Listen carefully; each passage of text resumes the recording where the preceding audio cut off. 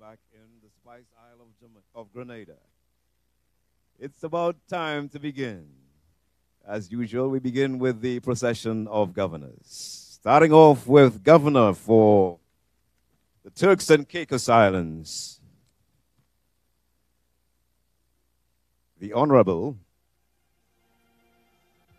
Charlene Cartwright Robinson, representing the British Overseas Territories.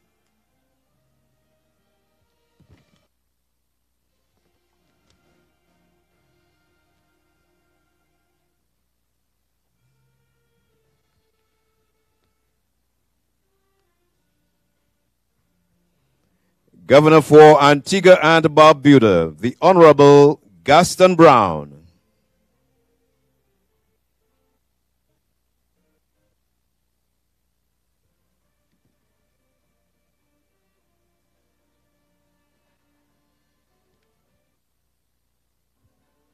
Governor for the Bahamas, Miss Christine Thompson.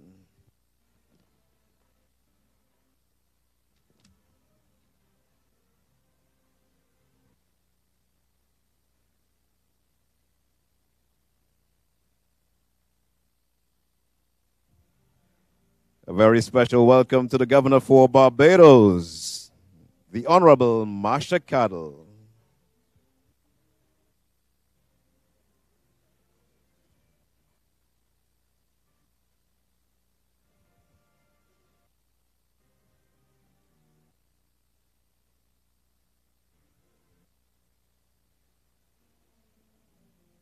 Let's welcome the Governor for Belize, Ms. Yvette Alvarez.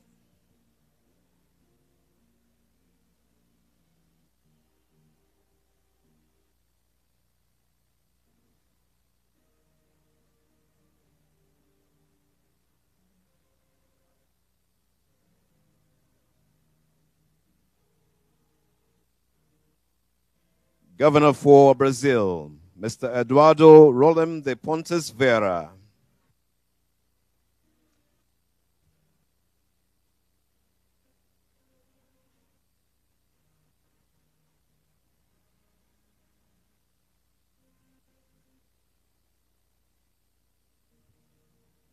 Governor for Canada, Ms. Patricia Fuller.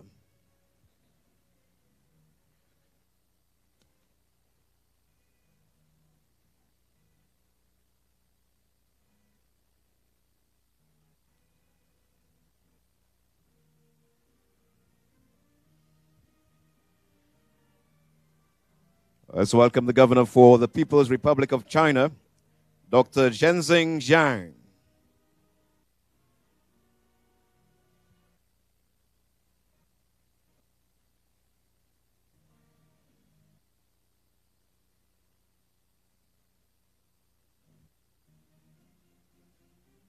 Ladies and gentlemen, the Governor for Colombia, Mr. Alberto de Brigad Perez.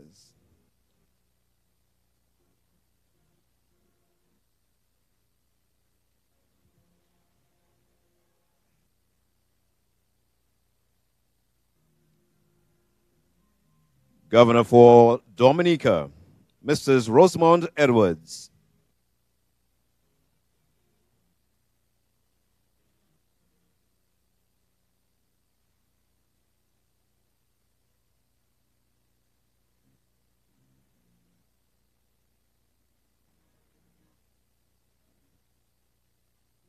And now the Governor for Germany, Mrs. Sigrid Schenk-Dombusch.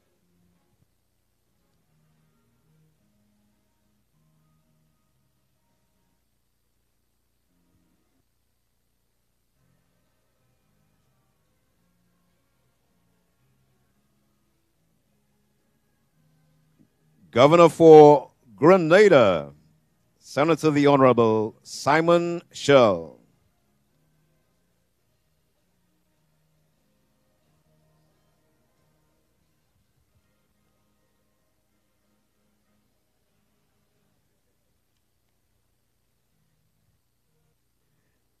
Governor for Guyana, the Honorable Winston Jordan.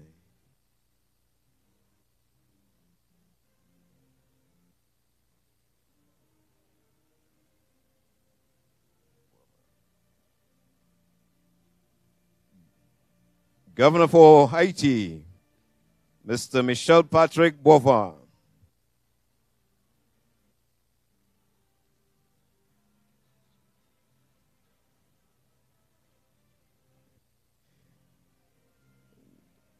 Governor for Italy, Mr. Adolfo Di Carluccio.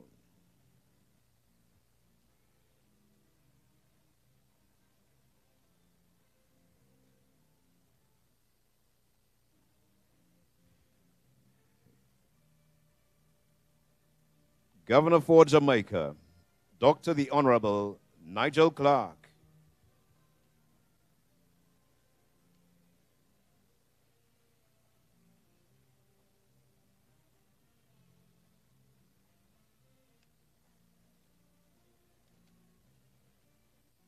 Governor for Mexico, Ms. Luciana Camargo.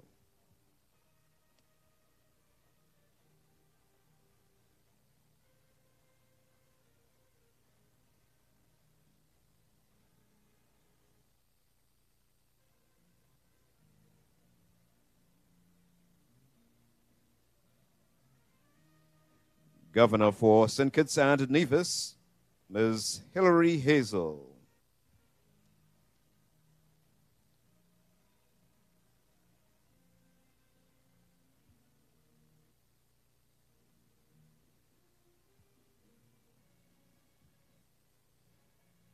And now we welcome the Governor for St. Lucia, the Honorable Guy Joseph.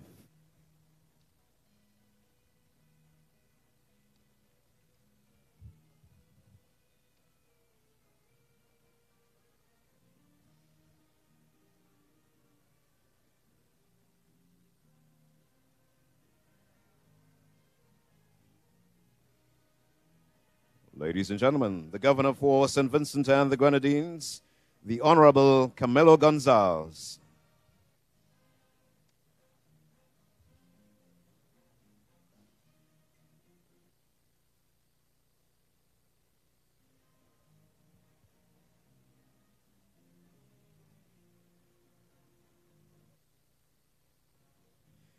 Governor for Suriname, Ms. Iris Sandel.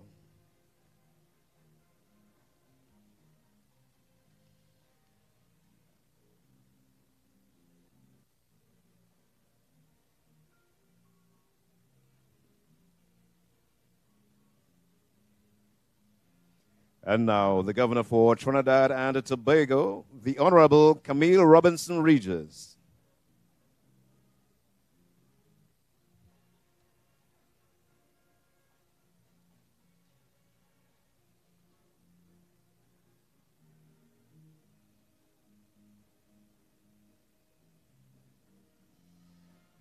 Let's welcome the Governor for the United Kingdom, Miss Gabrielle Crane.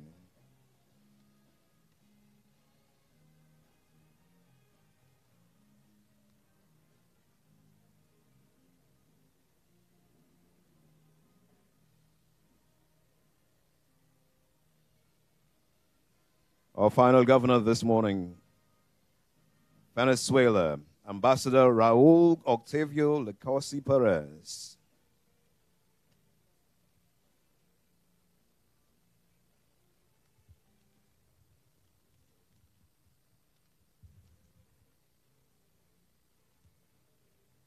And now, ladies and gentlemen, members of the head table, led by the Assistant Bank Secretary of the Caribbean Development Bank, Mr. Volville Forsyth.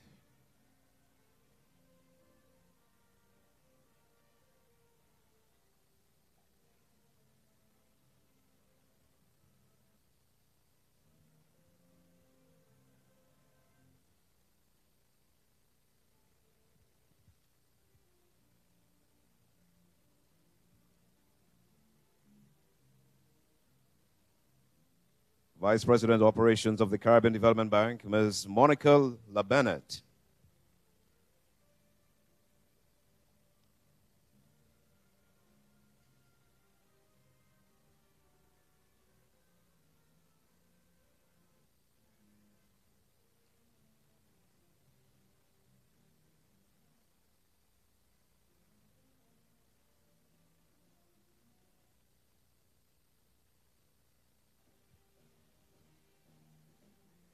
Vice President, Corporate Services and Bank Secretary, Mrs. Yvette Lemones Seal.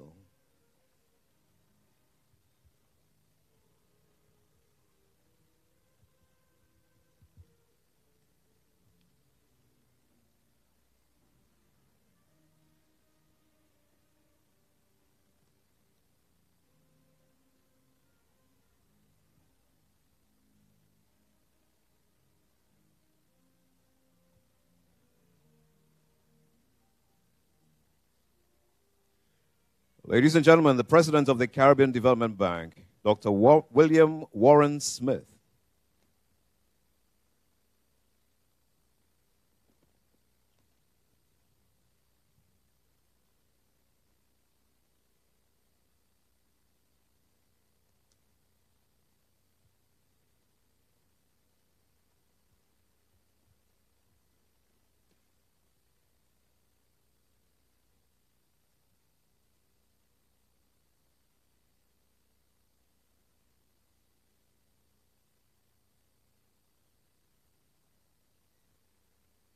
Ladies and gentlemen, for the arrival of Prime Minister of Grenada, Dr. the Right Honorable Keith Mitchell.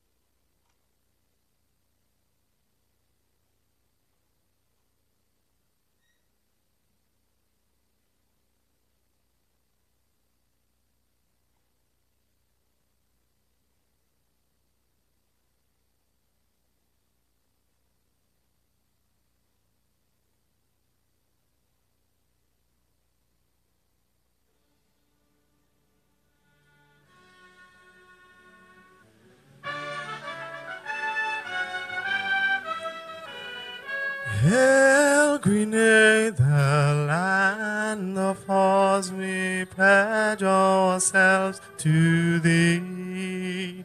Heads, hearts, and hands in unity to reach our destiny. Ever conscious of God, being proud of our heritage, may we with faith and courage aspire, build, advance as one people, one family. God bless our nation.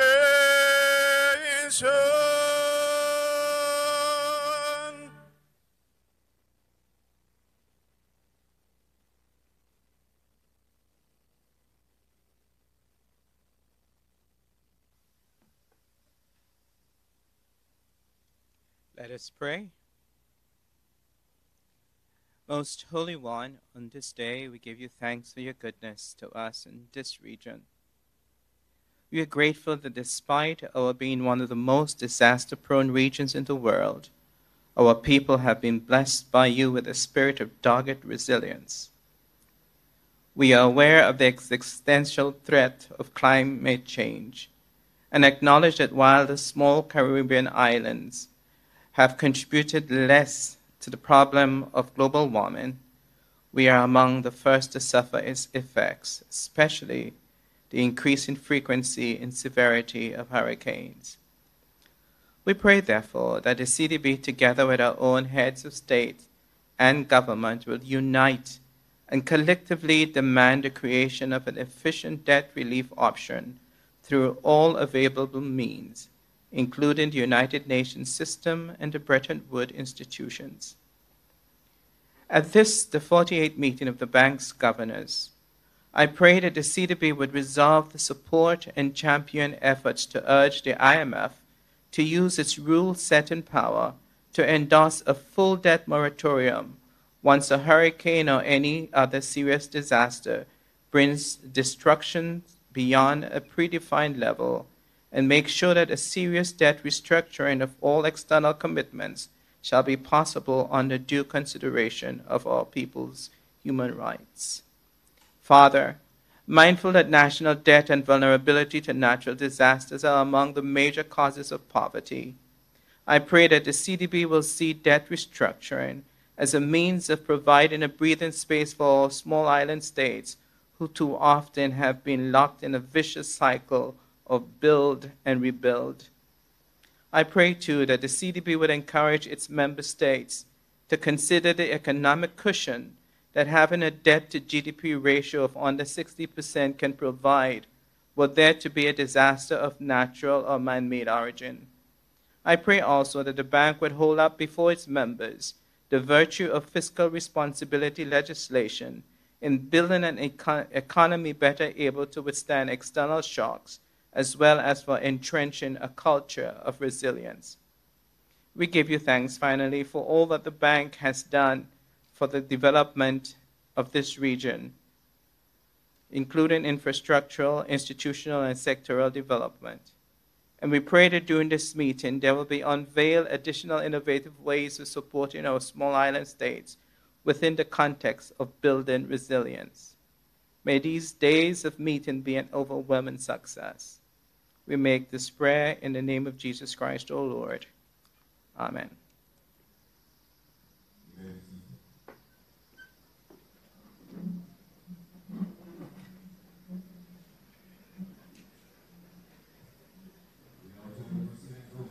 The chairman of the board, Dr. the Right Honorable Keith Mitchell.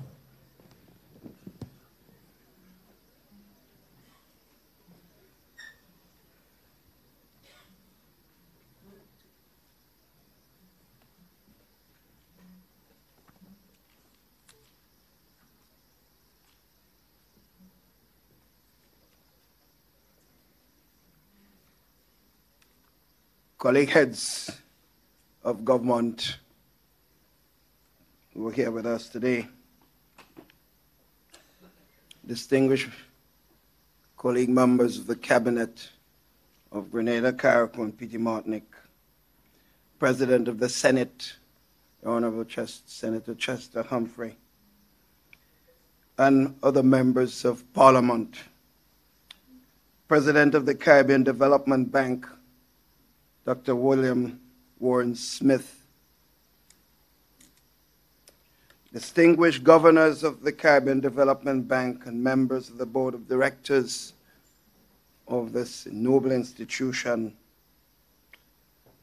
the World Bank Regional Director for the Caribbean, Mr. Sheen Zahid Khan, other representatives of the developmental community, members of the diplomatic community, vice presidents and other secretaries, and other members of staff of the CDB, the cabinet secretary, permanent secretary, and other distinguished public servants of our country, other members of staff of the public service, delegates, guests, members of the media, ladies and gentlemen, sisters and brothers all, good morning.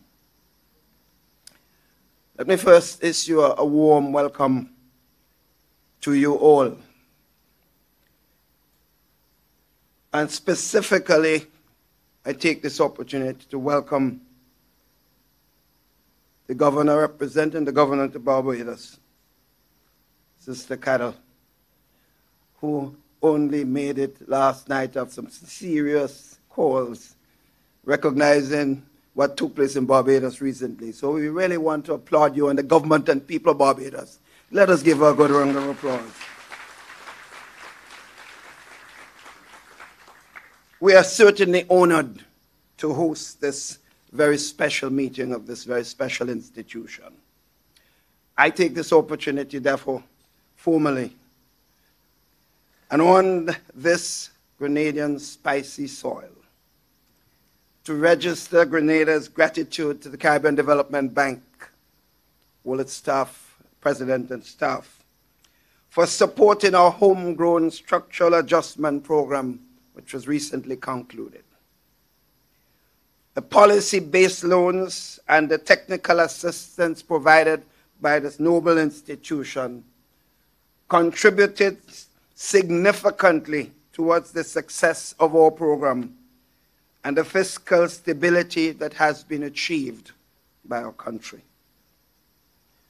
I must also commend the CDB for their initiative towards addressing a most challenging issue which affects all of us in the region, that of regional transportation and travel. I have long advocated that we urgently need to reduce the cost of intra-regional air travel.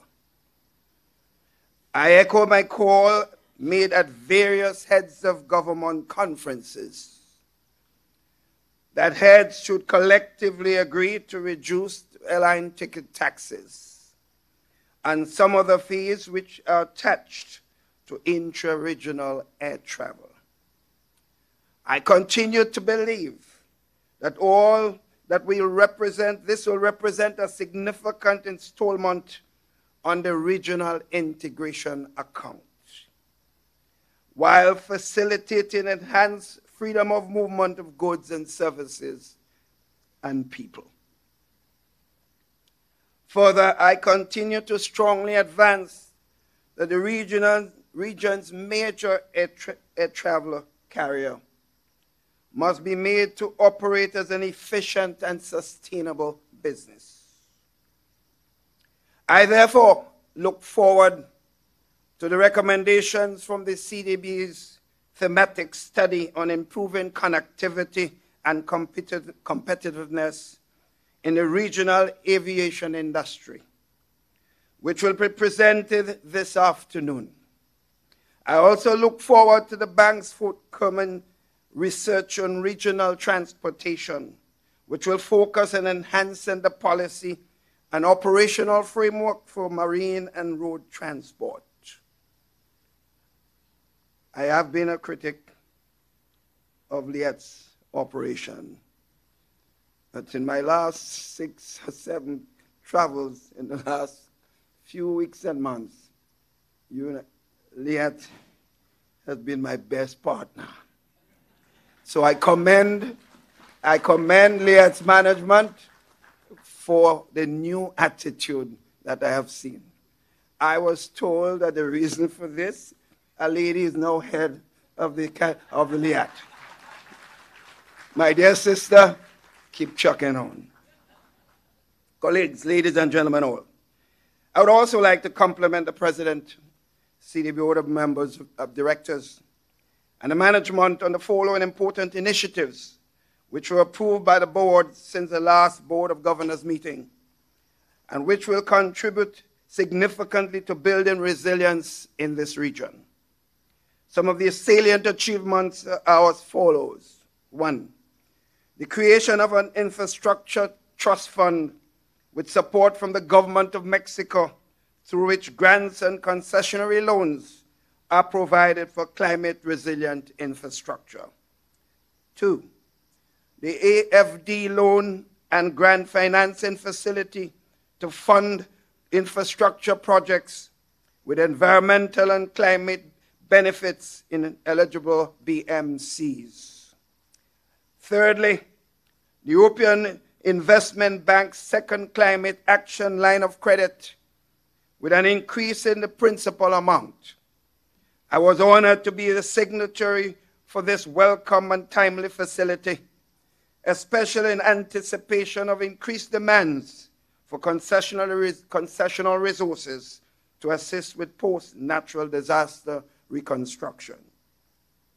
Also noteworthy are the new grant resources to the Caribbean Catastrophic Risk Insurance Facility to help increase its reserves and capital and to support its long-term sustainability.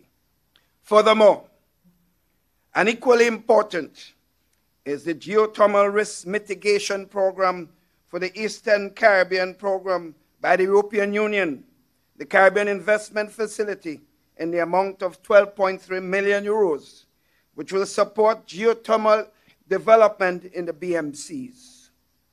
Colleagues, delegates, sisters and brothers all, we all know that diversifying our energy mix is a key development imperative for all our countries. This 48th Board of Governors meeting, therefore, is being held at a time of immense global challenges. Indeed, we are all too familiar with the extraordinary development problems that we face in this region. Those of us who believe in the law of attraction know that the more we talk about our problems, the more we anchor them in place. So we are not here today to discuss them. Instead, I believe we are here to explore solutions, because with every challenge there is opportunity for innovative and transformative change. As we contemplate, sisters and brothers, solutions, we must be mindful that they cannot be ordinary ones, but of necessity, they must match extraordinary nature of our reality. Fittingly, the spotlight for this year's meeting is on resilience. In particular, the multidimensional perspectives of resilience in the context of the 2030 Sustainable Development Agenda. Those of us who are blessed to be alive today have an indelible responsibility to bestow to the next generation a Caribbean that is inclusive, prosperous, and resilient in all its forms. Pursuing policies, therefore, and strategies for resilience building and lasting change are not ends in themselves. Indeed, they are the most important means towards securing a brighter future that we all envisage for this, our one Caribbean. Ladies and gentlemen, sisters and brothers, the 2018 Atlantic hurricane season starts on Friday. The question is, how prepared are we as a region for this year's seasons? What lessons have we learned from last year? By now, we have all internalized the harsh truth that Hurricanes Maria and Irma will not be the last intense hurricane that will hit the region. How then do we adapt to the new normal? Adjusting to the new normal requires comprehensive and coordinated efforts to mainstream climate change considerations in development planning. In practice, will require a shift in focus from sustainable development to climate-smart development. At the macro level, we must accelerate our transition to the green and blue economies, and in so doing, synchronize economic development with environmental sustainability. Operationally, we must institutionalize climate risk screening of all infrastructure projects and programs of both the public and private sectors. In tandem, we also need to enforce proper building standards that support climate-resilient infrastructure. Furthermore, it is crucially important that we invest in climate-smart education to entrench a culture of respect for and the preservation of this, our one planet Earth.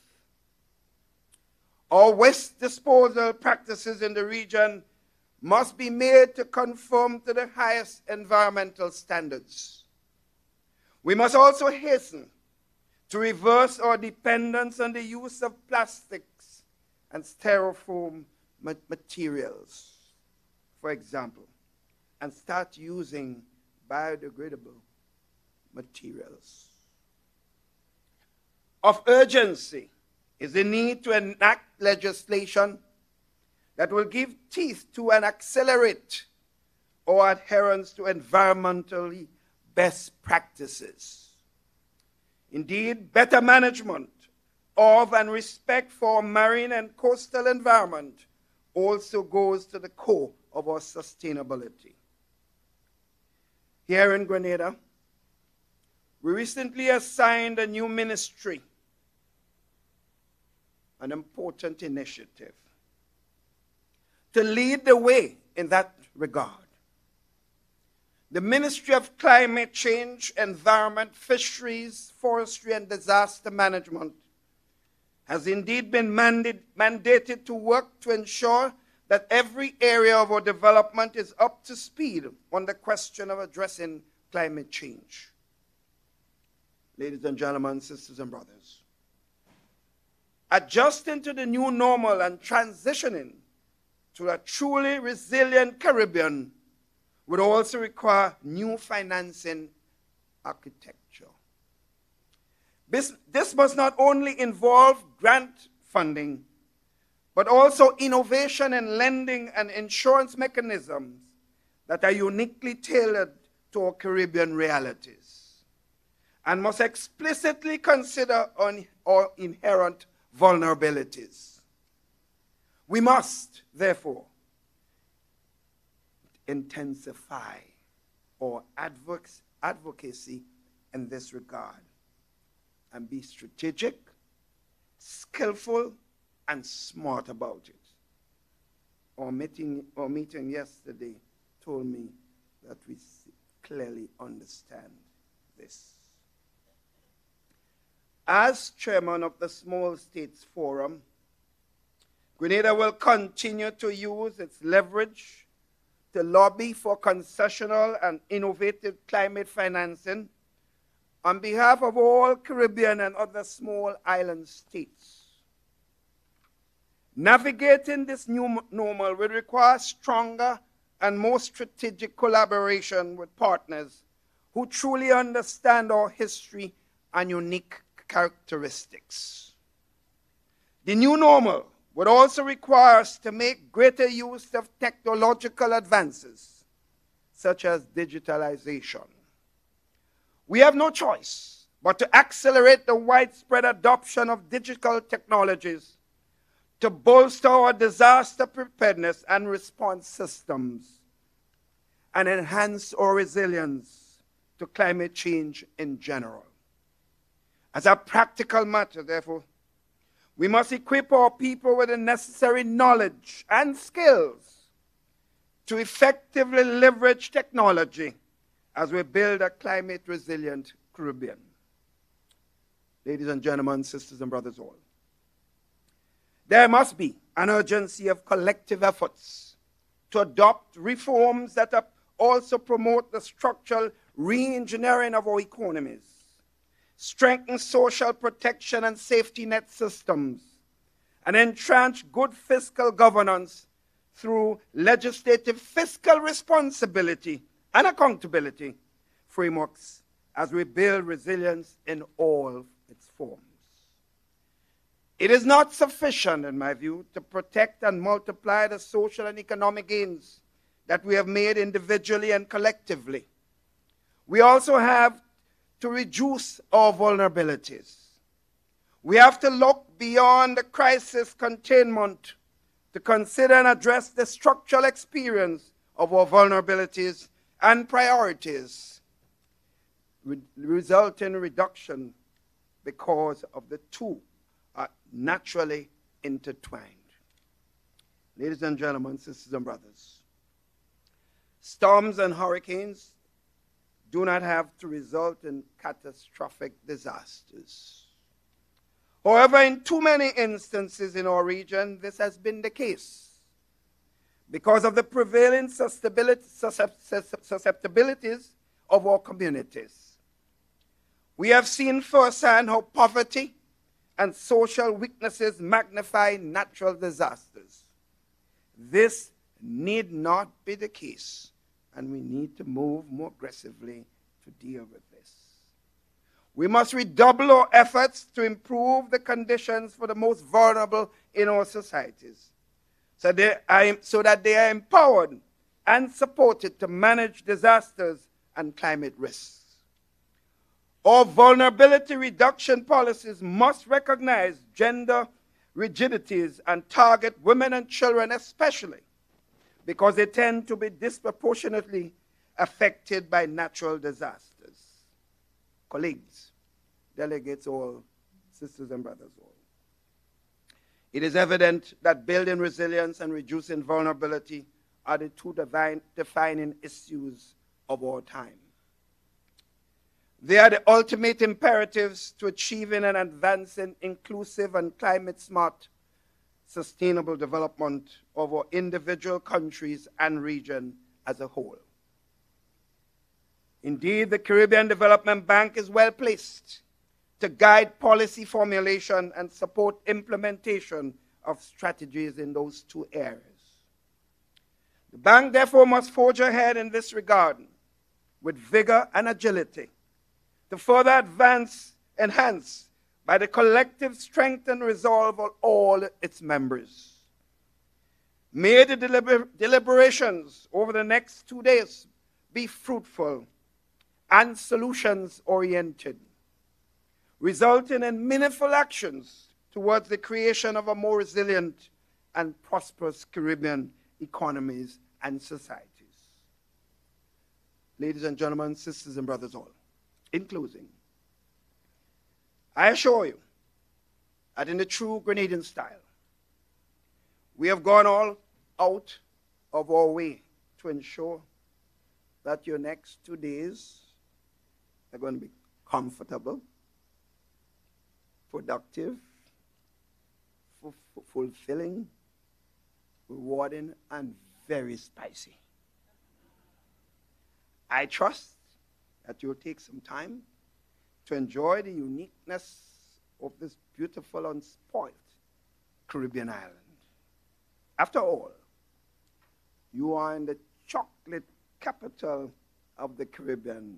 St. Vincent, I hope you don't get mad with me. And in one of the top 10 hot global destinations, as recently recorded, according to the experts, to ensure that you make some good and lasting memories here in the pure Grenada Isle of Spice. Ladies and gentlemen, as chairman of this 48th Annual Board of Governors meeting, representing the government and people of Grenada, Carriacou, and Petite Martinique, I'm honored to hereby declare this important and critical meeting open. I thank you.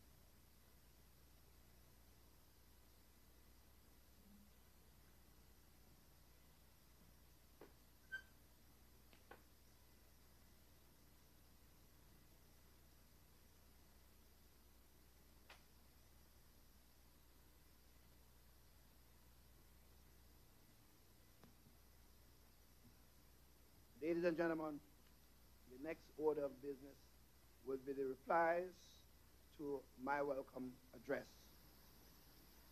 The Governor for Antigua and Barbuda will therefore reply on behalf of the borrowing member countries. The Governor for Colombia will reply on behalf of the regional non-borrowing members. The Governor for Canada will reply on behalf of the non-regional members. And then lastly, we'll have a statement from the Caribbean Development Bank President. So, my friends, I call on my distinguished brother from Antigua, Honorable Gaston Browne, Prime Minister.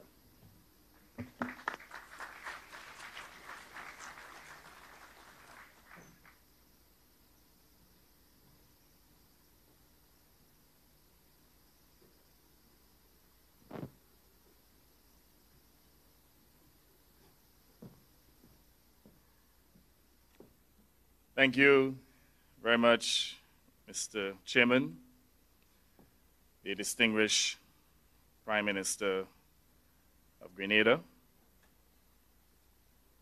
governors, directors, President Smith, other distinguished ladies and gentlemen. It is a profound pleasure to respond to the very warm welcome extended to us by the distinguished Prime Minister of Grenada, my dear friend, Dr. Keith Mitchell, and if I may add here, my cricketing friend. To paraphrase the English writer Samuel Johnson, to tire of Grenada is to tire of life. The history of this island and its capacity to innovate, to initiate, and to originate has always added spice to Caribbean life. We should recall that Prime Minister Mitchell, just 2 months ago, made history when he led his party to a clean sweep of the polls, winning every seat in Parliament for the 3rd time in his career.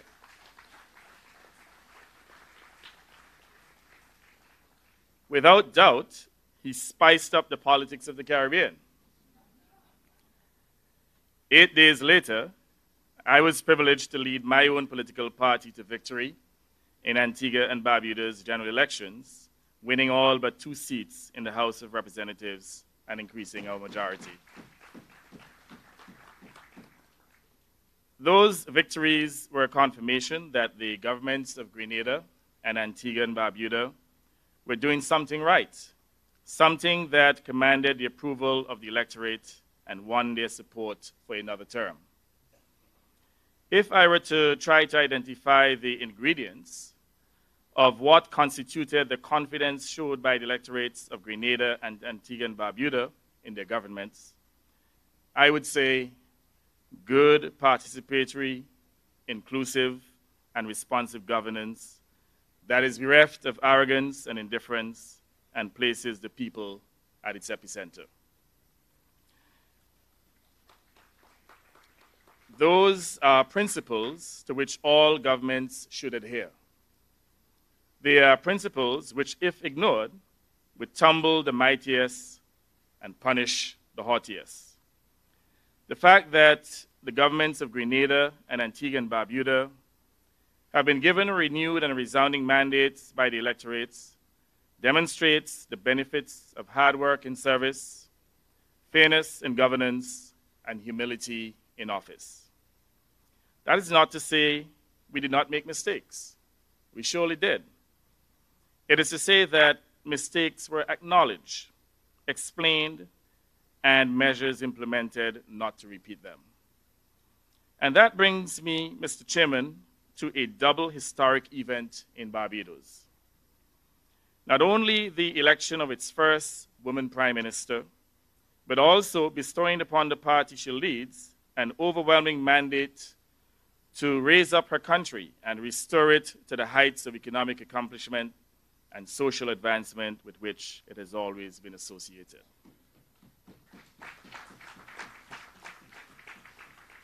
I join in offering Prime Minister Mia Mottley the profound congratulations of my government and the people of Antigua and Barbuda. In welcoming her to our fold of Caribbean leaders, I do not do so simply because she's a woman. I do so because her reputation as a champion of Caribbean causes is renowned, as is her understanding of the value of the Caribbean's unity in its global affairs. In the quasi-cabinet of CARICOM heads of government, responsibility for the Caribbean single market and economy falls to her. I'm convinced that this noble project, which has encountered many difficulties and which will continue to be problematic, will be in constructive, practical, and visionary hands with Prime Minister Mottley. I take this opportunity to assure her of my firm support as she balances the demands of this important regional role with her pressing domestic obligations. Mr. Chairman, over the past financial year, borrowing member countries of the Caribbean Development Bank have confronted challenges which accentuate our vulnerabilities. Natural disasters are one thing. Man-made catastrophes are another. The man-made catastrophes are mounting. They include de-risking, the withdrawal of corresponding banking relations, which at best have pushed up the cost of doing business by our countries and adversely affected our global competitiveness. At worst, we continue to face the real possibility of being excluded from the world's trading and financial system. Similarly, we have been coerced into accepting constraints on our capacity to compete in trade in goods and now on financial services. Those who control the global trade and financial system insist that competition in the areas of their advantage are good, but they deny us the right to compete in financial services, particularly in differentiated taxation to attract investments. They have sought to deny us our right to operate well-regulated investor immigration programs, gaming and offshore banking industries, using the deceptive notion that these industries are harmful to them. The reality is, their policies are harmful to us and evidently designed to keep us in economic dependency. Every niche we seek to establish to diversify our economies and provide for our peoples, they conveniently find harmful. The question is, what next? They may soon resolve that our very existence is harmful to them. To the contrary, it is their policies and threats of sanctions that are harmful to our survival. We must collectively resist these deceptive acts of economic aggression against our respective countries. We in the Caribbean have to seek a more perfect union in our response to these challenges. None of us will overcome them alone. Our only chance is in collective action. With regard to natural disasters, the impact of Hurricanes Irma and Maria in particular will remain an unpleasant and traumatic imprint on our minds. The fiscal dent they cause will not be soon corrected. It is difficult to quantify the cost of natural disasters. They are neither linear nor predictable. This places a burden upon us that amounts almost to clairvoyance. We have to plan our economic, social, and environmental dimensions, incorporating events that might happen, estimating how damaging and costly the effects could be. The task is almost impossible and is unquestionably difficult. Yet we cannot simply wring our hands in despair. Within an already constrained financial space, we have to conjure the means to save our countries, to protect our people, and preserve our civilization. Mr. Chairman, we thank the CDB for ensuring that its response mechanism, although small in relation to needs, makes financing available in a relatively short period of time. The government of Antigua and Barbuda is supportive of the bank's strategic thrust to diversify its loan portfolio, to, in essence, spread the risk and to optimize profitability by broadening its BMCs. Hurricanes Irma and Maria also demonstrate the need for those who are responsible for climate change to take responsibility for the devastation they cause and to better respond with real-time and adequate financing to address the crisis they create. We must never retreat from sounding this warning in the councils of the world, for our very existence is at risk. As we meet here today, the specter of rising oil prices and its knock-on impact on commodity prices once again haunts us. This means that we must renew, reinvigorate, and regenerate our best efforts at building resilience. And to build resilience in all its dimensions, economic, social, and environmental. It is a task that requires our fullest cooperation and the pooling of our sovereignty and best brains under a single agreed vision. And I urge that we recognize that the best path to building Caribbean resilience is strengthening the one effective tool we have, and that is Caribbean unity. Once again, Mr. Chair, I thank you for your warm welcome. Thank you.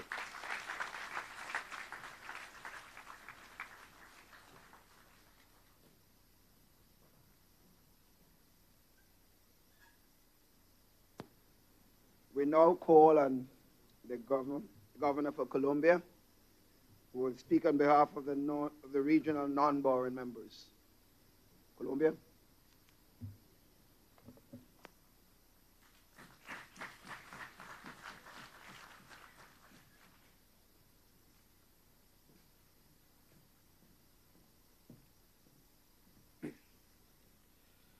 Mr. Chairman, distinguished governors, directors, president of CDB, management and staff of the bank, ladies and gentlemen. It is a great honor and a pleasure for me to respond to the warm welcome of Dr. Keith Mitchell, Prime Minister of Grenada, on behalf of Brazil, Colombia, Mexico, and Venezuela, regional non-borrowing members of the bank. Your kind and thoughtful words of welcome, Mr. Chairman, are for us yet another motive of gratitude to the government and the people of Grenada for the organization of this meeting and for making our stay in this beautiful island such a pleasure. Mr. President, the theme of resilience is the organizing concept proposed for many of the activities and discussions of the Board of Governors of CDB on this occasion. If anything, the extreme weather events of 2017 were a reminder of the additional burdens that the vulnerability of the Caribbean pose to all initiatives for development and poverty reduction implemented in this part of the world. It is excellent to register that CDB responded quickly and efficiently to the calls for assistance and support for affected borrowing members, proving to be something better than a friend in need, an efficient friend in need. Let us hope that together, in the seminars and talks that will take place in this meeting, we could generate new ideas to go further in the long history of services of CDB to the region. A second, but far from secondary theme of this meeting is the issue of the prospects for membership of CDB, in a welcome continuation of the dialogue initiated last year in Turks and Caicos. This subject has frequently been labeled as expansion of the membership, but it is not only a matter of the size of our institution, important as this factor is. The most relevant issue now is diversification of borrowers, of contributors, of stakeholders. We must work together for making membership of CDB an incentive to other forms of integration of the Great Caribbean, both internally and with the rest of the world, instead of treating it just as a consequence of other political and economic processes. We are well aware of the many dimensions of this aspiration, but we are convinced that this is a crucial factor for the financial soundness and relevance of our institution in coming years.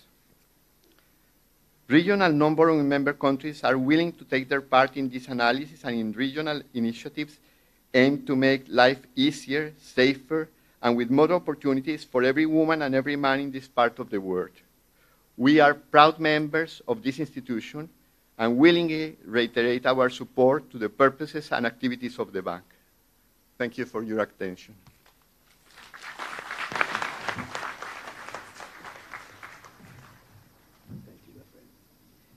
We thank the Governor for Colombia on his presentation. And colleagues, before I introduce the next speaker, let me just correct an oversight. I must recognize the presence of the Secretary General of CARICOM, who's my boss. So, Aaron LaRock, the Secretary General, take a stand, let them recognize you.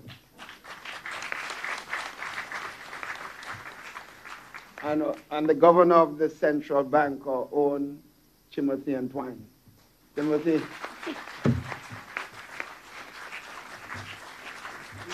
Thank you.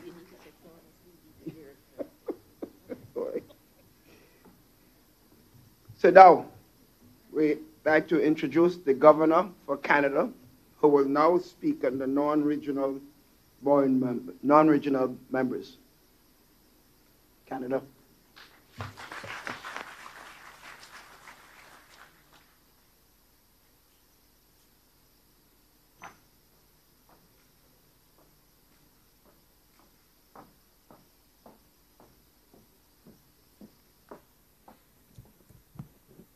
Good morning. Right Honorable Keith Mitchell, Prime Minister of Grenada. Right Honorable Gaston Brown, Prime Minister of Antigua and Barbuda. Honorable Charlene Cartwright Robinson, Premier of Turks and Caicos Islands. Governors of the CDB, Dr. William Warren Smith, President of the CDB, CDB management and staff, members of the Diplomatic Corps, and other distinguished guests. It is my privilege and pleasure to be among you today to offer a response to the warm welcome and thoughtful remarks of the Chairman of the Board of Governors, His Excellency, Dr. Keith Mitchell. And I offer these remarks on behalf of the non-regional and non-borrowing members of the CDB. On behalf of Canada and my colleagues from the United Kingdom, Germany, Italy, and China, let me express my great appreciation to Prime Minister Mitchell and the Government of Grenada for hosting this, the 48th annual meeting of the Board of Governors of the CDB. Let me also take this opportunity to congratulate you, Mr. Prime Minister, on your recent re-election for a historic third term and for the strong example you have set in appointing a gender-balanced cabinet, something Canada has also achieved.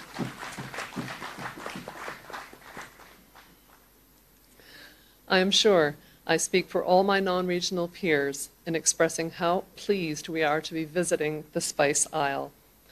Like so many countries of the Caribbean, its beauty and culture are a delight for and often a distraction to the senses. Being as that is, we must take the opportunity of these meetings to focus over the next few days on the challenges and opportunities for the region. It is, in fact, the very challenges confronting this region that provide an opportunity to do more. As Winston Churchill famously said, never let a good crisis go to waste, because every crisis offers a chance to rethink the paradigm and undertake the bold changes necessary to face new realities. When Caribbean leaders struck a charter for a climate-smart coalition at the One Planet Summit in Paris in 2017, it was out of recognition that bold action is the only way forward in facing the threats of natural disasters and climate change. The CDB, with its commitment of up to $800 million for recovery and resilience, has set its own ambitious marker in this regard. It is in support of such bold and ambitious action that Canada has pledged 100 million Canadian dollars toward reconstruction and resilience of the Caribbean region. In addition, our Prime Minister has made working together on climate change, oceans, and clean energy priorities for Canada's G7 presidency this year, and is seeking to facilitate solutions for the issues of the Caribbean small states, in particular, on this global stage. Canada welcomes the theme of resilience for the 2018 Annual Board of Governors meeting, and we thank the management and staff of the Caribbean Development Bank for putting in the hard work to convene us around this issue of critical importance. Let us not underestimate what the bank can do in pushing the frontier of thought and innovation for greater resilience in the region. And let us use these next 2 days to challenge the bank and ourselves to consider what more can be done to close ranks and collaborate on the issues of climate change, resilience, and setting the foundations for inclusive and sustainable growth. Canada has long been a supporter of the bank and a founding member because we have faith in its capacity to bring about transformative change for the region. Never has its mission been more critical than now, so let us get to work. Thank you for your kind attention, and may our discussions over the next few days be fruitful. Thank you.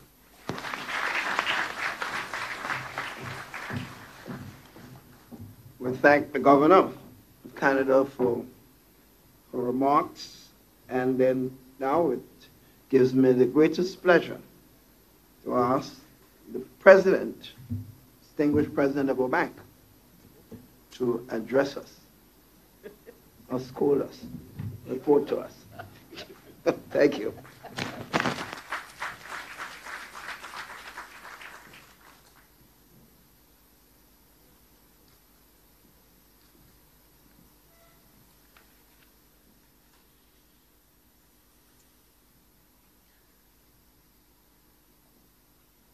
Dr. the Right Honorable Keith Mitchell, Chairman of this 48th annual meeting of our Board of Governors.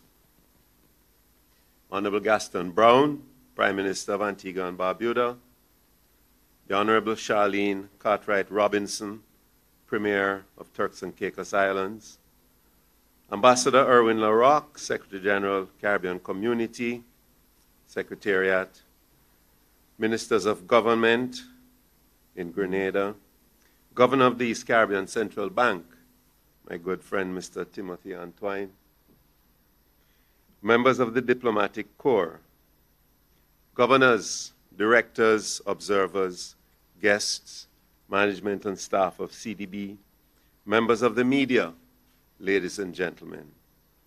Chairman, I think you'll indulge me if I just take a little segue from my statement this morning to give a special welcome to the Honorable Marsha Cadell, Minister in the Ministry of Economic Affairs and Investment. Some of you might not be aware, but only a few months ago, Ms. Cadell was a member of our staff. Now there she is sitting over there as one of my bosses.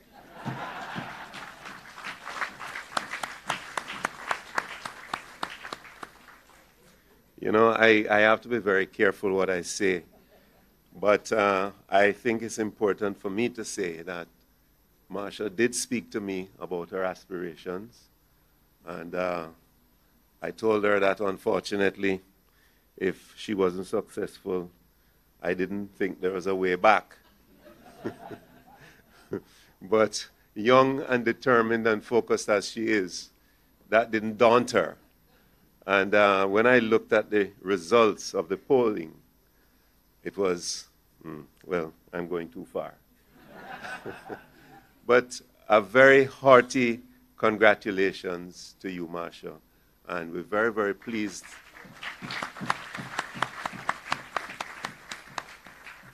And we're very, very pleased that Prime Minister Mia Mottley allowed you to attend this meeting at such short order. Thanks very much for coming.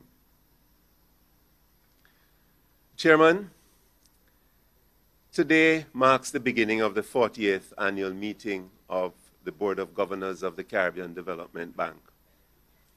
I commend you, Chairman, for taking on in the past 12 months the triple challenge of chairing CDB's Board of Governors, the Conference of Heads of Government of the Caribbean Community, and the World Bank-hosted Small States Forum. Somewhere, sir, in the midst of all of these activities, you seem to find the time to run a government and resoundingly win an election. From all indications, the people of Grenada have given you a mandate to continue implementation of the structural reforms started during your government's first term. I can assure you, Prime Minister, of CDB's continuing support to your quest to make Grenada one of the region's most prosperous and well-managed economies.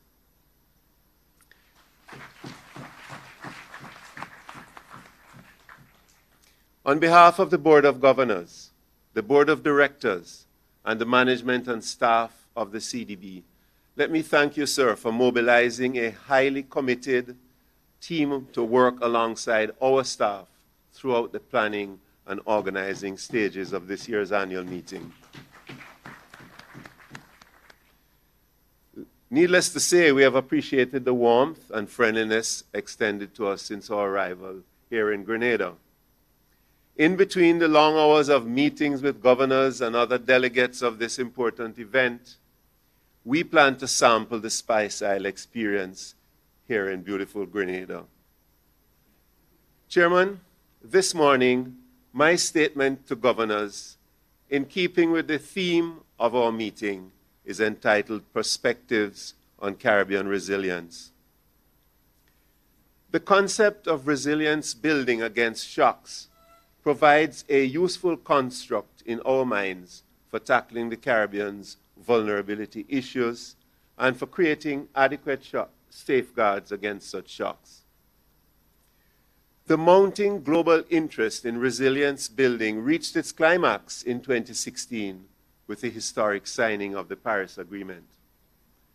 That agreement confirmed international consensus concerning the central role that climate action should occupy in any sustainable development program.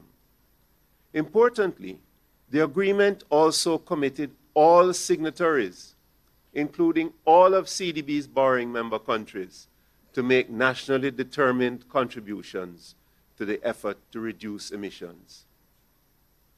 This was a proclamation that climate change is everybody's business and that climate action is everybody's responsibility. Chairman, there is no shortage of lessons on what is necessary to build resilience.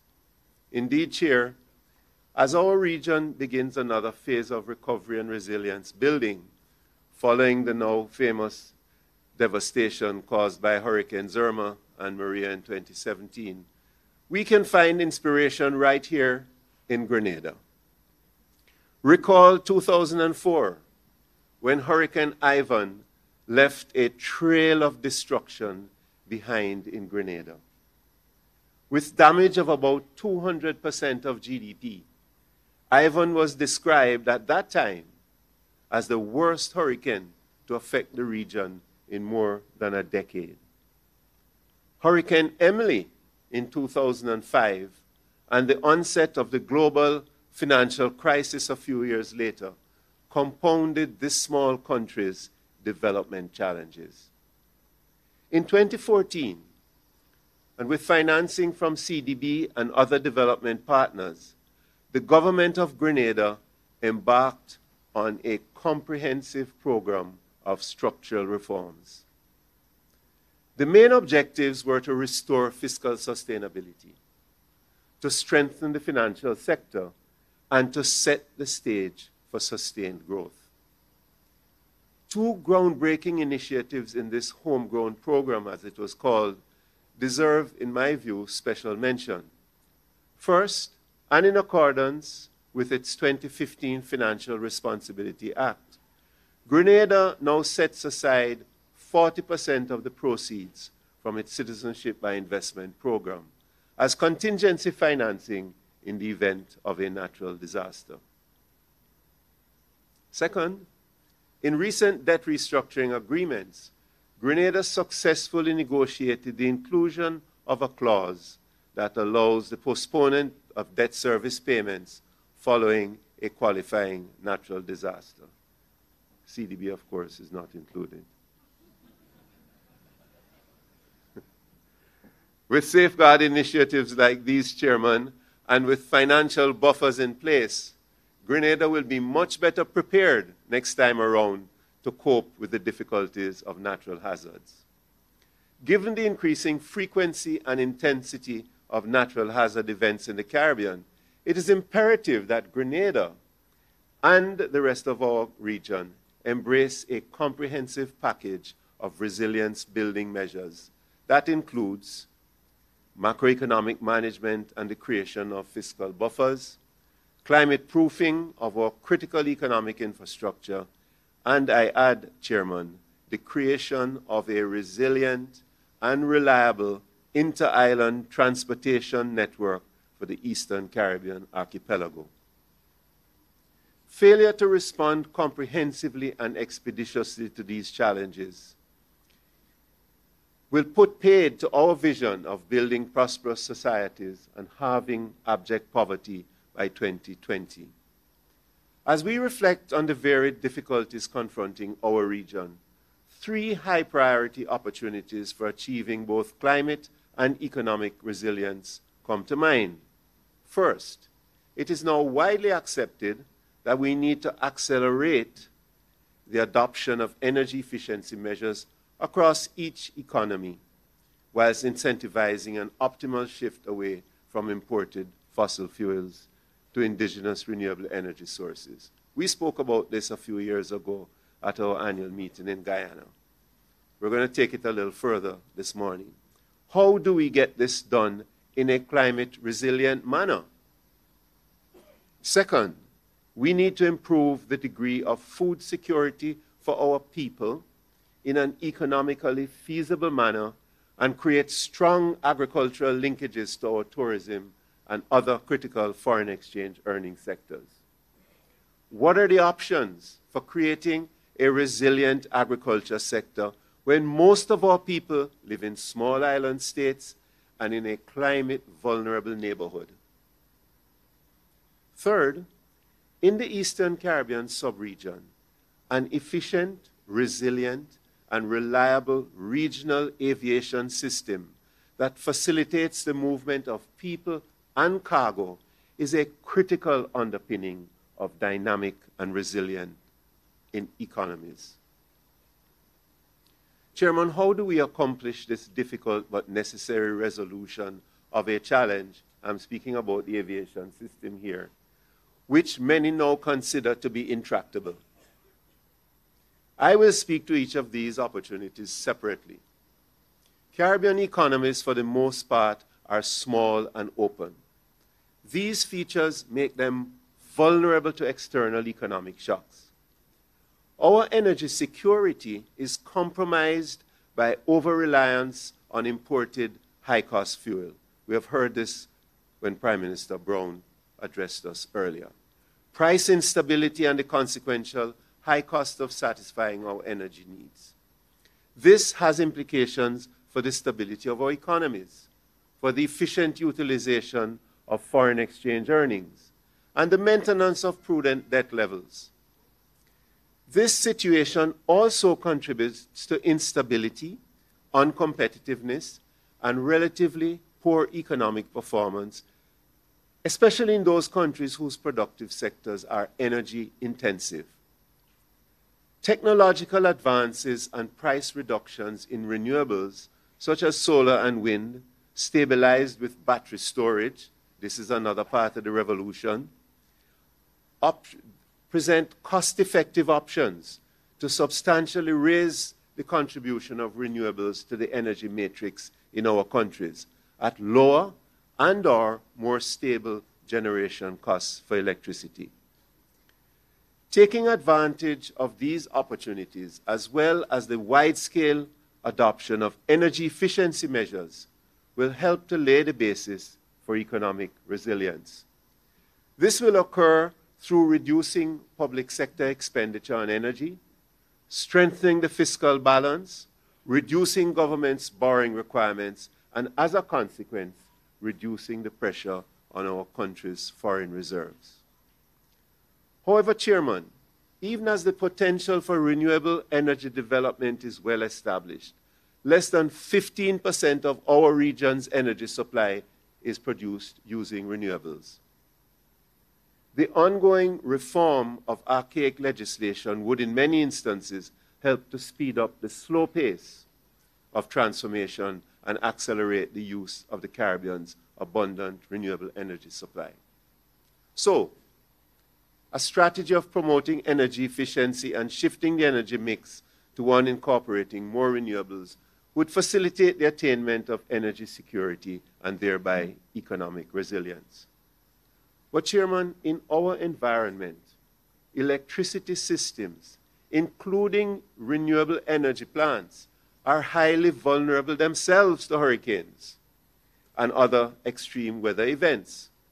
A compromised power system can bring a community, a region, or a country to a standstill, threatening economic and social well-being and constraining the pace of recovery after a disaster.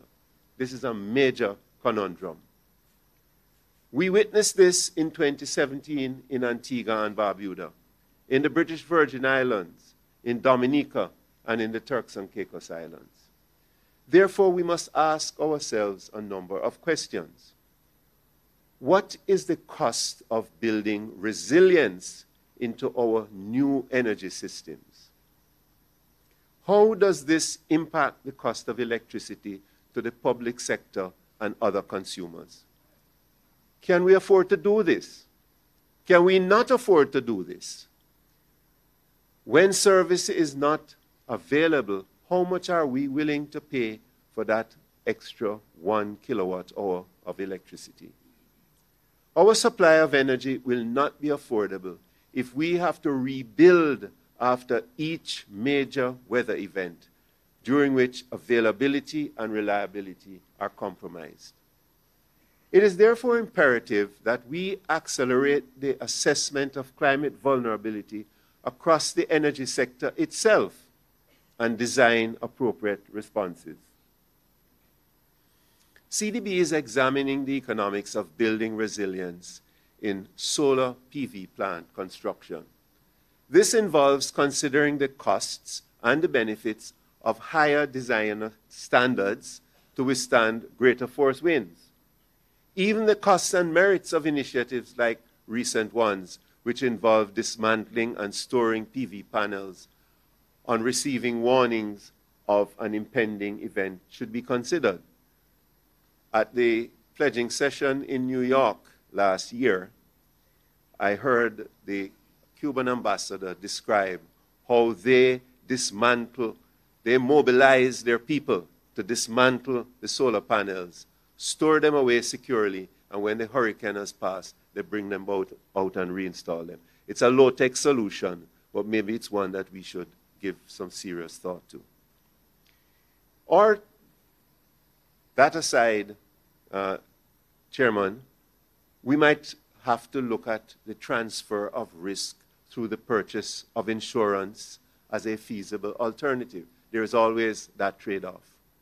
This analysis will not only inform project design in future, but it would be used to make the case to global funds for concessional financing on adaptation initiatives of this nature.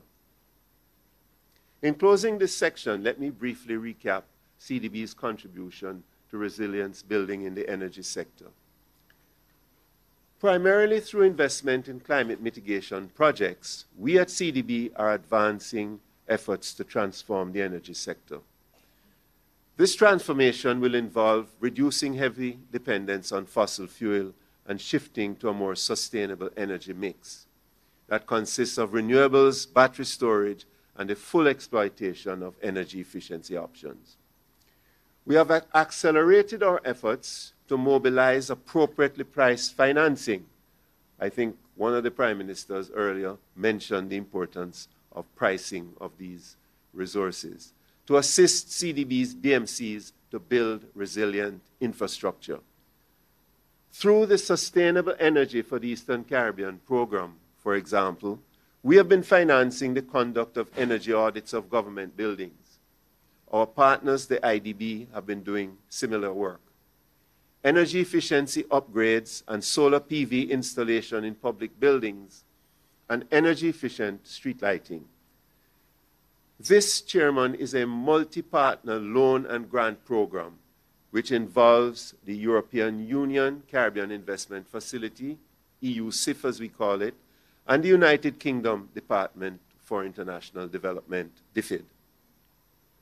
Under our GeoSmart initiative, and with assistance from the European Union, DFID, Global Affairs Canada, and our friends, the Inter-American Development Bank, we are backing geothermal development in the Eastern Caribbean with grants for investment and technical assistance, contingently recoverable grants, and concessional loans. We have embarked on a number of energy-efficient street lighting initiatives which allow for the retrofitting of high-pressure sodium and mercury vapor street lighting systems with more efficient and cost-effective LED lamps. The technology is evolving and is increasingly being used to provide smart solutions for managing energy consumption and addressing energy security issues. So far, We have assisted 6 of our borrowing member countries, and we are encouraging others to come on board with this project. The return on investment, the payback period is between 5 and 7 years. I would recommend it. All of these interventions by CDB are targeted in the main at bolstering the economic resilience of our borrowing member countries through strengthened fiscal performance, building fiscal buffers, limiting foreign exchange outflows, and enhancing export competitiveness. However, the experience of 2 back-to-back Category 5 hurricanes in 2017 has reminded us that the issue of bolstering the resilience of our electricity supply infrastructure from major climate events will require further study and learning from the experience of other regions facing similar predicaments. Chairman, I now turn to building resilience in agriculture. Now, agriculture is the main contributor to economic activity. A large fraction of the population in several Caribbean countries depends on agriculture for their livelihood. The sector accounts for over 10% of output in Belize, Dominica, and Suriname, and as much as 33% of output in Guyana. It is a source of food supply for local and overseas markets and raw material for the agro-industrial sector. The growing tourism sector in most Caribbean countries represents a potentially huge market for local farmers. The secular decline in Caribbean agriculture, however, is well known.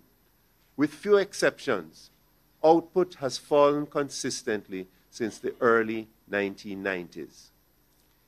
We cannot discount the role of weak market access and production inefficiencies in explaining the development of this trend. Nonetheless, recent climate change-induced natural hazard events and the need to adhere to modern food safety management systems have exposed the sector's vulnerability, threatened the livelihood of farming communities, and complicated efforts to expand production.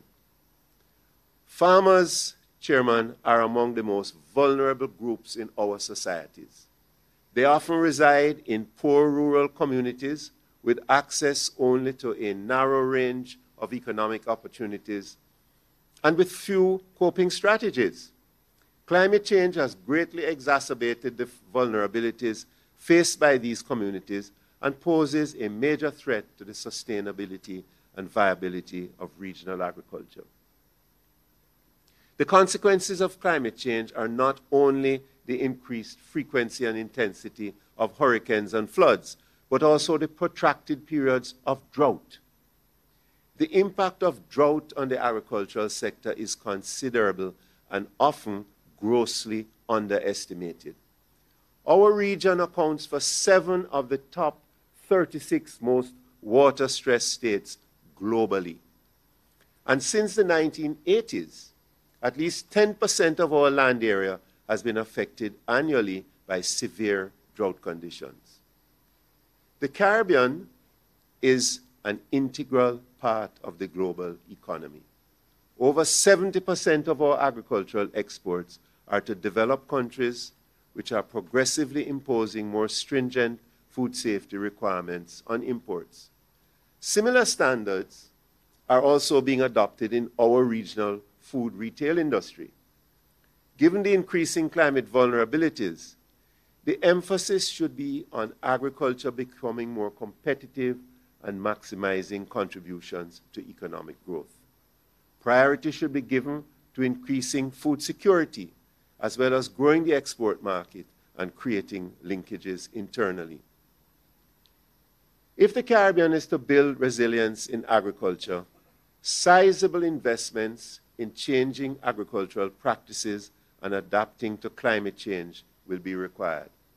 Farmers need financing for upgrading their irrigation systems, their moisture conservation, their water usage efficiencies, and drainage in flood-prone areas to mitigate the risk and impact of droughts, flooding, and soil erosion.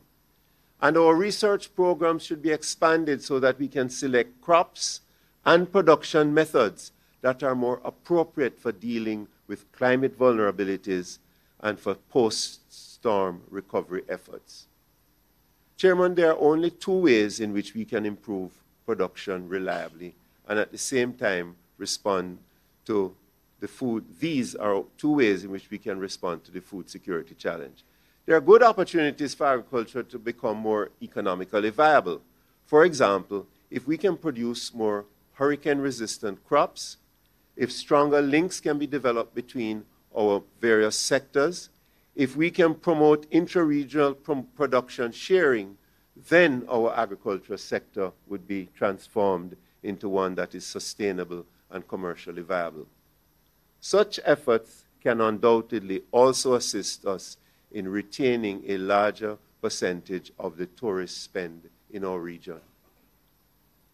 Challenging as it is, Chairman, the work that is currently underway at CRIF SPC, and I see my good friend Isaac Anthony sitting over there, we're going to ask him to redouble his efforts to develop a suitable parametric and or other type of insurance product so that financing will be available for the rapid recovery and rehabilitation of the sector following a natural disaster. In a nutshell, a resilient agriculture sector can be a vital pillar of national economic resilience. At CDB, we are pleased to provide financing for a number of new and innovative initiatives by our borrowing member countries to build resilience in agriculture. Right here in Grenada, Chairman, we are funding the rehabilitation and climate proofing of rural roads and drainage systems. We are incorporating climate resilient measures into off-farm irrigation systems.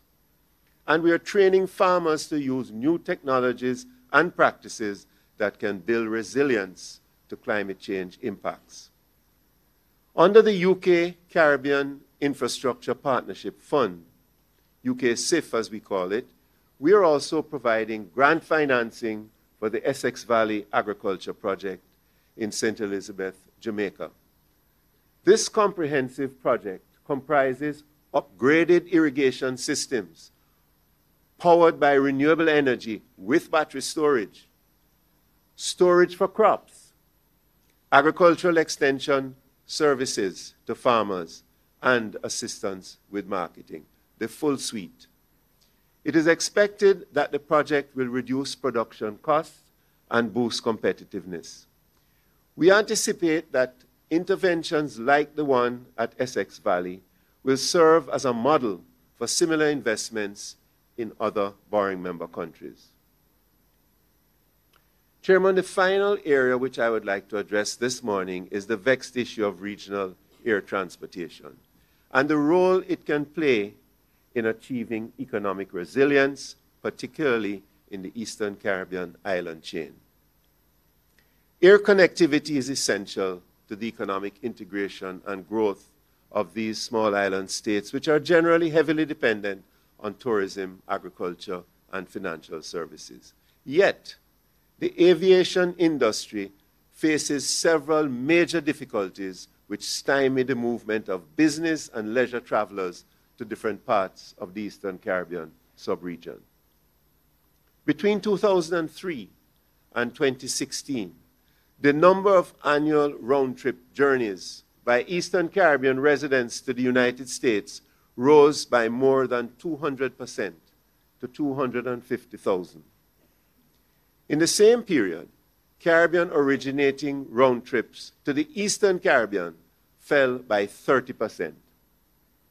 These statistics point to a worrisome shift in the pattern of travel as regional air travelers demonstrate a growing preference for destinations in the United States over travel to the neighboring islands. How do we explain the dramatic shift in intra-regional visitors to the Eastern Caribbean? CDB has financed 2 studies on the whole aviation issue, one of which is going to be discussed at length over the course of these meetings. I would just like to pick a few choice results from those studies. First, the Eastern Caribbean's air transportation connectivity problems stem from a combination of operational inefficiencies within the principal air carrier and issues in the business environment within which that carrier operates. Secondly, high and regressive taxes and airport-related charges lead to an escalation in the cost of travel and a reduction in the number of passengers traveling between these islands. Regulations relating to security, to border control, and other issues militate against the seamless and expeditious movement of connecting passengers to outbound flights. And four, the arrangements for funding the principal air carrier, its governance framework, and the industrial relations environment simply add to the difficulties. In essence, Chairman, the combination of internal governance issues within the carrier itself and an insufficiently enabling external operating environment constrain the ease and cost of travel in the region, as well as the growth outlook for intra-Caribbean travel and tourism. There is no sound justification, in my humble view, Chair, for the regional airline industry to remain in this condition. Indeed, its survivability is constantly under threat. Encouragingly, in July of 2017, the heads of government of Caribbean agreed that the incidence and impact of taxation on air transport in the region should be properly studied and proposals made on financially viable changes to taxation to make regional air travel more affordable without hurting government revenues. At CDB, we are satisfied that resolution of the issue of high and regressive taxation on air travel within CARICOM without the loss of revenue to regional governments is a vital part of the resolution of the regional aviation crisis in the Eastern Caribbean. The CDB study confirms that air travel within the Eastern Caribbean is price elastic. I don't think you needed a PhD in economics to figure that one out. But it's always good to get the empirical confirmation.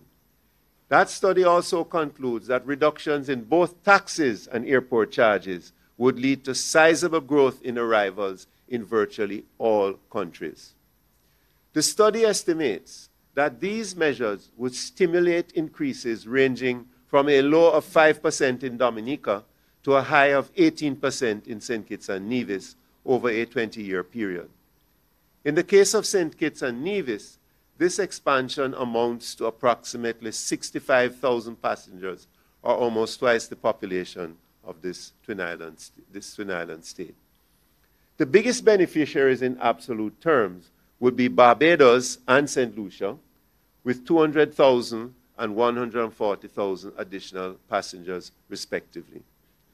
It is estimated that lowering taxes, liberalizing the regional market, and making changes to increase airport efficiency, combined with a recapitalized and restructured regional airline industry, could lead to a 60% jump in intra-regional visitor numbers by 2023. Strengthening connectivity of the regional airlines and lowering fares via reduced taxes are two key options for a smart regional transportation sector. These measures comprise improvements in the resilience and efficiency of the transportation network with downstream enhancements in overall economic resilience. Chairman, CDB intends to continue working collaboratively with the shareholder governments, as well as the governments of other Eastern Caribbean countries which benefit from the services of the sub-regional air carrier. The aim is to accelerate implementation of the reforms that are needed to create a sustainable and resilient inter-island air transport system. Chairman, the challenges and vulnerabilities of small developing states are very familiar to us all. Our region has had to cope with countless natural disasters and other shocks throughout its history. And we have demonstrated repeatedly our ability to bounce back from such disastrous events. However, our responses have been largely reactionary, and the cost of responding has been rising steadily, undermining other efforts to get onto a sustainable development platform. To be winners, Chairman, we must plan to win, prepare to win, and expect to win. The events of last year's hurricane season led to the adoption of the slogan, Build Back Better. It underscores the determination of the people of our region to triumph over our vulnerabilities. We have a long and proud history of triumphing over adversity. We hail from small and relatively poor countries, yet we compete and perform with distinction on the world stage in varied fields of endeavor, be it business, sports, the creative art, or increasingly politics. In short, we know how to win, and Chairman, we will win. I thank you.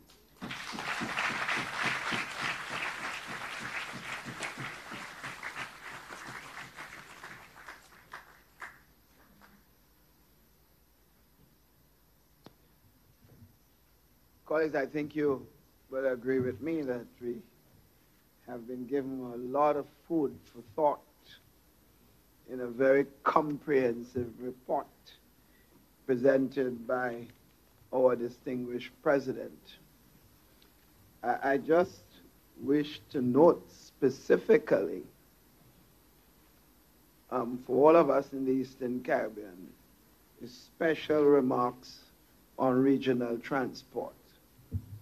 I hope and pray those remarks have sunk in.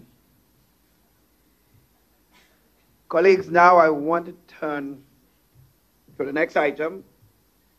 The governors met yesterday and we had a procedure committee meeting, and the governors nominated the governor of Guyana to report on the procedures committee meeting. So I take this opportunity now to call on the reporting member, the governor of Guyana, to give the report of the procedures committee. Guyana. Thank you, Mr. Chairman.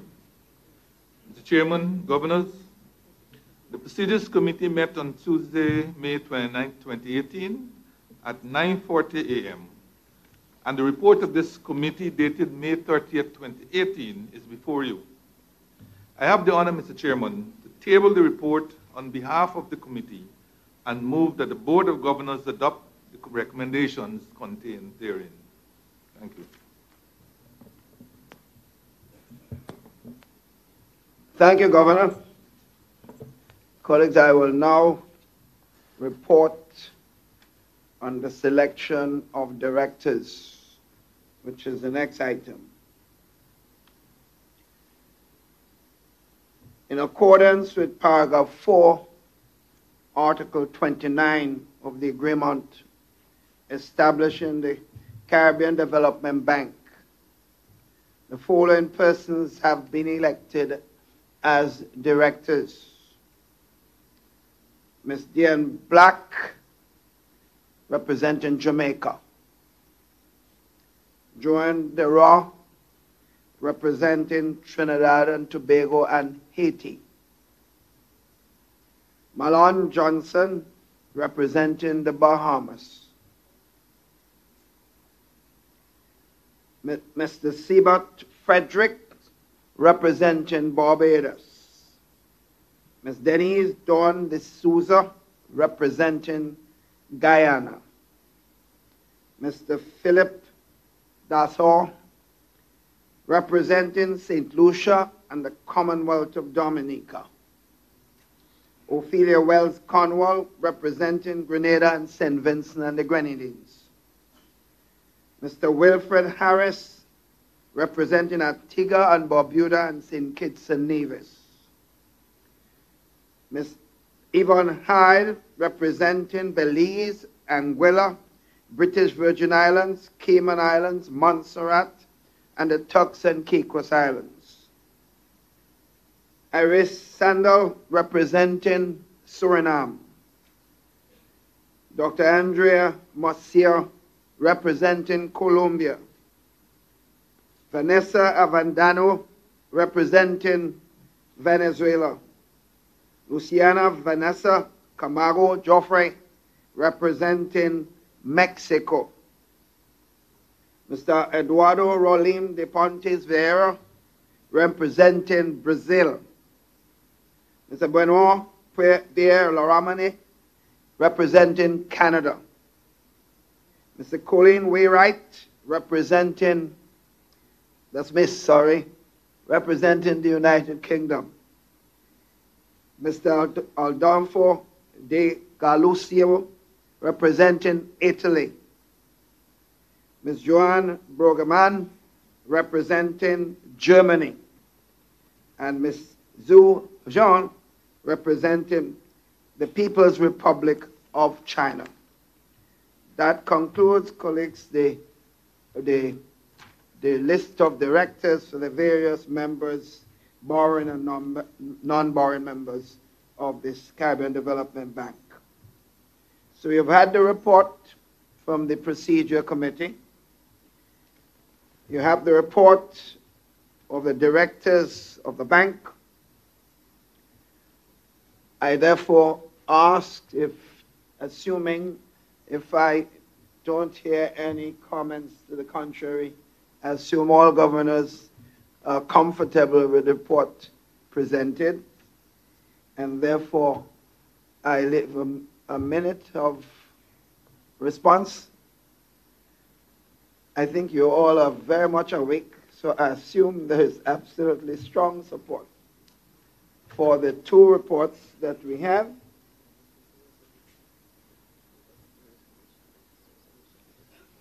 Right, and therefore I read the following resolution from the Board of Governors. Resolves that the governor of the host country, when the host country has been determined, be elected as chairman, and that the governors of Trinidad and Tobago, Brazil as vice chairman of the Board of Governors of the Caribbean Development Bank, to hold their respective offices until the election of the officers at the end of the 49th meeting, 2019 annual meeting of the Board of Governors. Colleagues, with no objections, I assume that we have accepted the recommendation. So since we have done so, I have the honor of the last item, which is to move the adjournment of this meeting. I don't have that bad a stick, so I just say, sine die? Is it sine die? And I've been informed before we leave, we have a few housekeeping matters that we'd like to inform you about. Thank you, Chair. Directors and governors are asked to remain in the room for the group photograph. Directors are also asked, our participants are reminded that for the ceremony, the cultural evening tonight at Spice Basket, the buses will leave at 7:15, 7:30, and 7:45 from all hotels. Persons that are participating in the Accompanied Persons program are asked to be in the lobby at the Radisson Hotel at 12:45 p.m. today. And the coffee break stations are located next to the exit that leads to the annex. That's the exit to my right. Thank you, Chair. Colleagues, you are now dismissed. Thank you. You're a school teacher.